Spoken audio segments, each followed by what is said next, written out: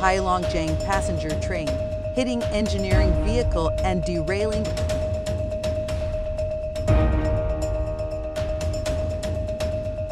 China's economic woes force young people to work in Africa.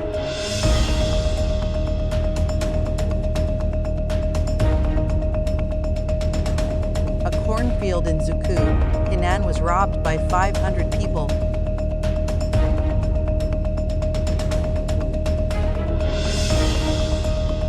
Seventeen senior CCP officials died of illness in the 20 days before and after national days. In order to oppose the United States and the West, the Chinese Communist Party secretly supports terrorist organizations.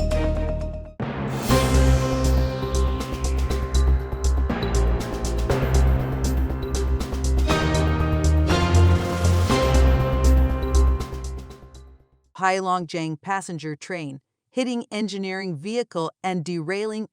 On October 15th, in the early morning, the K5133 passenger train departing from Harbin, Heilongjiang, collided with an overturned construction vehicle on the railway in the vicinity of Haihe City. The train derailed, and some train cars were severely damaged. Footage from the scene was shared, raising concerns.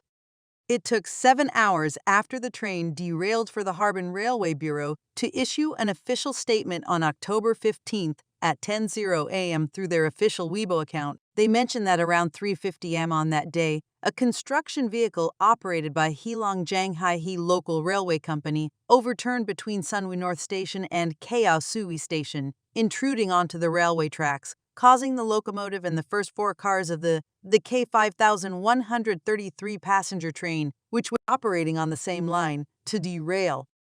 The official statement mentioned that all passengers and staff on board were safe and had been safely transferred. They expected the railway to resume normal operation on the same day, while the cause of the accident was under investigation.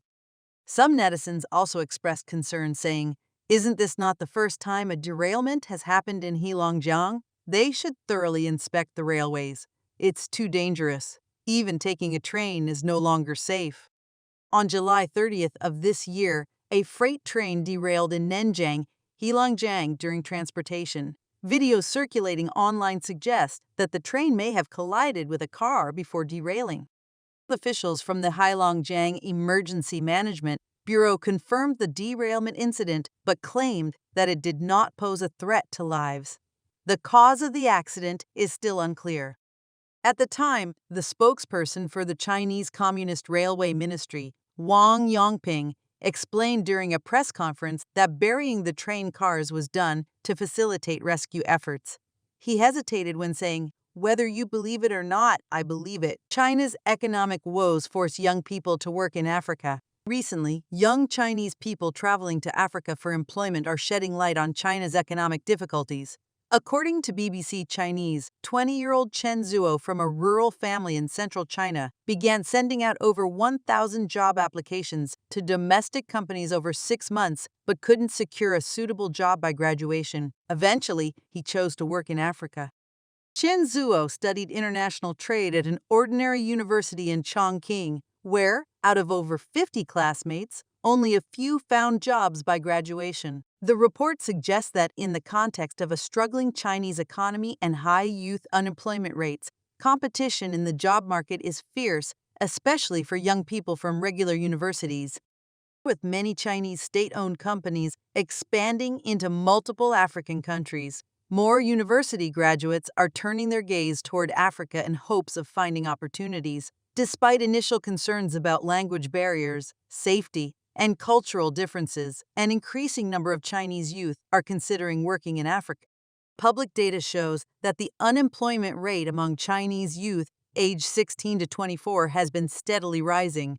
From January to June, it ranged from 17.3% to 21.3%, reaching record highs. In August, official statistics stopped reporting nationwide youth unemployment rates by age group. As China's domestic unemployment rate soars, working in Africa has become an attractive option.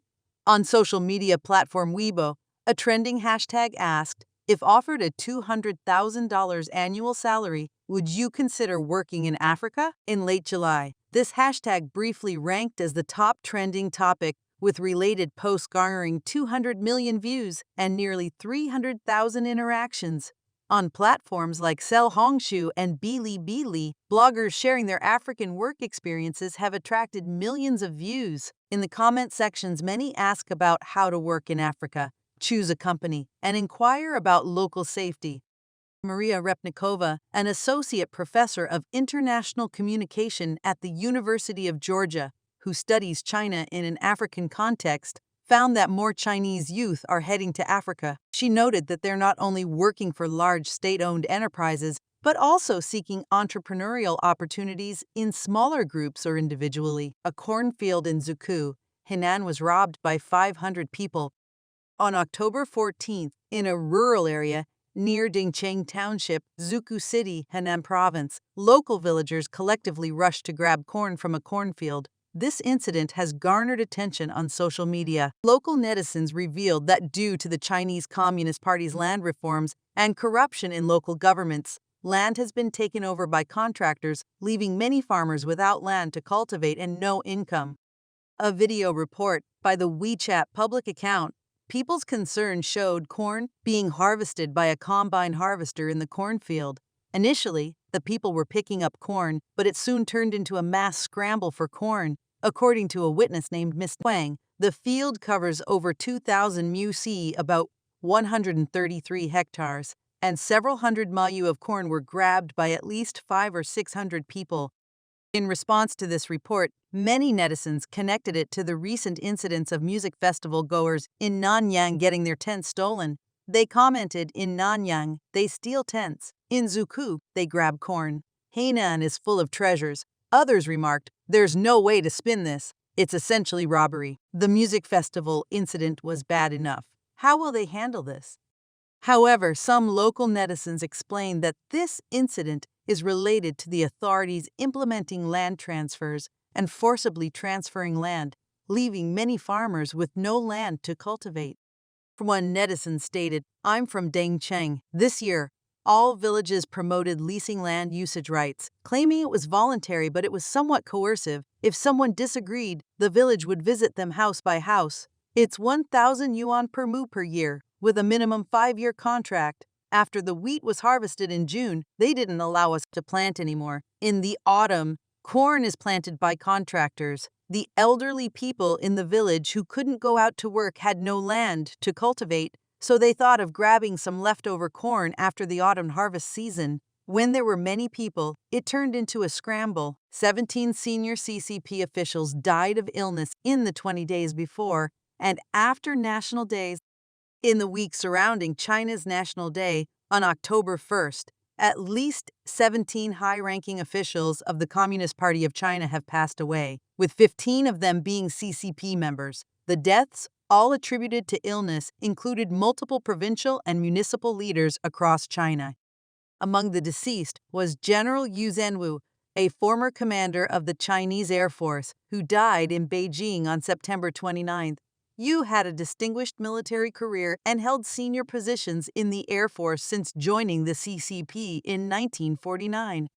In Sanya, Hainan Province, Yan Jiaojun, a KCP member and former secretary of the municipal committee, died on October 10th at age 59. Yan also served as deputy chairman of the Guangxi CPPCC. Li Hongcheng, 7th vice chairman of the All China Industry and Commerce Federation, passed away on October 2nd in Jilin Province. He was described as a close friend of the CCP. In Henan, former deputy governor and senior provincial official Wang Jumei died on September 20th. She was eulogized as an outstanding CCP member.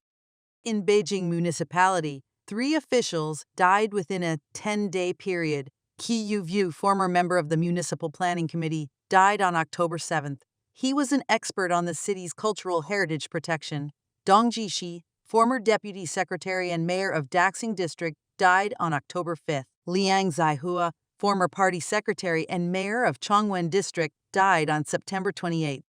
At the city departmental level, at least 10 CCP officials passed away in the same period, holding various positions across China. The cluster of deaths among high-ranking CCP elites concentrated around China's National Day celebrations is highly unusual. While the reasons remain unclear, the Chinese government officially has attributed the deaths to illness in each case. The deceased ranged in age but included some officials in their 50s and 60s. Further investigation would be required to determine if these were natural causes or instead linked to an underlying political issue in the one-party state. In order to oppose the United States and the West, the Chinese Communist Party secretly supports terrorist organizations. The U.S. issued strong statements of support for Israel and took major military steps to assist after Hamas rocket attacks in October 2023. In contrast, China called for restraint by both sides, which Israel criticized as too ambiguous. This highlights differences in U.S. and Chinese stances in the Middle East.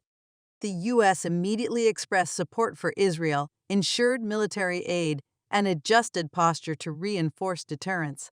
China urged restraint and ceasefire, which some say stemmed from its anti-Western posture and efforts to please Middle East allies. Analysis indicates China may lose Israeli goodwill by empowering Hamas through ceasefires. Israel believes Hamas uses ceasefires to survive, rearm, and attack again. China's Middle East policy often opposes the West, especially the U.S. This was seen in its embrace of Iran and Syria despite Western sanctions. When Hamas attacked Israel, Chinese media blamed the U.S. rather than criticizing Hamas. Experts say China uses the Palestinian cause to pull Middle East countries away from the U.S., but its ambiguity on Hamas attacks risks Israeli ties. The U.S. has long supported Israel since its founding. Successive administrations upheld this, and officials recently reaffirmed unflinching U.S. support. The U.S.-Israel alliance emerged from shared interests and values. Early U.S. recognition and recent military aid show steadfast partnership. But China balances opposition to the West with maintaining ties. Its call for Israeli restraint could strain relations given the massive Hamas rocket attacks. Israel desires condemnation of Hamas terrorism, not ceasefires that allow rearming. China's bid to please Middle East allies may undermine its Israeli ties. The U.S. provides direct military assistance to aid Israeli defense and deterrence, but China issued an ambiguous call for restraint that disappoints Israel. So Chinese and U.S. stances diverged on this crisis. The U.S. doubled down on support for Israeli security. China mildly criticized Israel's response, hoping to bolster other regional ties. This risks Israeli goodwill.